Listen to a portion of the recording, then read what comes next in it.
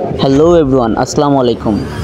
আপনারা কম বেশি সবাই জানেন ইন্ডিয়ার বাঁধ ছেড়ে দেওয়ার কারণে বাংলাদেশে অনেক কয়টি জেলা এবং অনেক কয়টি এলাকা ডুবে গেছে। তো আমাদের কুষ্টিয়াবাসীর পক্ষ থেকে যতটুকু সম্ভব আমরা তাদের পাশে দাঁড়ানোর চেষ্টা করেছি।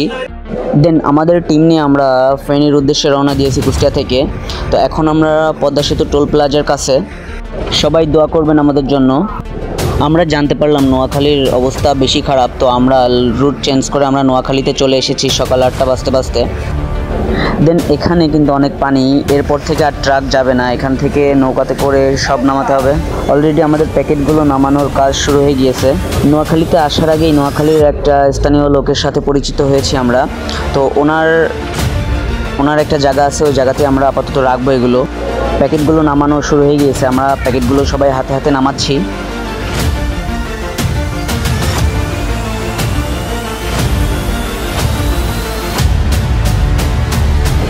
আমার সাথে আমার টিমের অনেকেই ছিল এবং নোয়াখালীর কিছু ভাই ব্রাদার এরাও ছিল, আমাদেরকে হেল্প করেছে এরাও অনেক।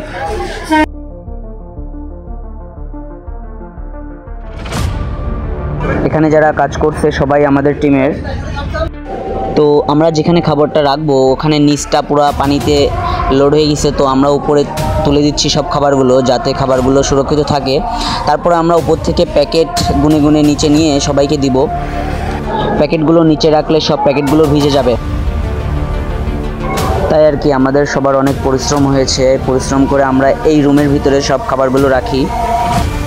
তারপরে আমরা একটা নৌকা নিয়ে কিছু খাবার নিয়ে নৌকার উপরে নৌকা আলাম আমার সাথে চলে যাই যেখানে যেখানে অবস্থা একদমই খারাপ সেখানে।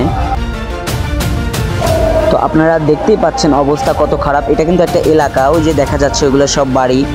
তো আমরা কোনো দিক না থাকে ওই বাড়িগুলোর উদ্দেশ্যে চলে যাই, যে আমাদের নৌকাটা ওখানে থামাই।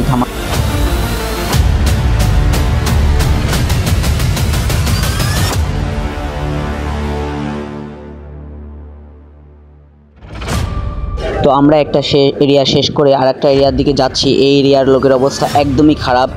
ফুল 15 দিন ধরে এনাদের বাসায় পানি, ঘরে পানি উঠে গেছে। এই যে এই আন্টিদের বাসা, আমি ওখানে যেয়ে দাঁড়ানোর পরে আন্টি আমাকে ভিতরে নিয়ে যায়। দেন আন্টি কিন্তু অনেক দোয়া করেছে আমাদের।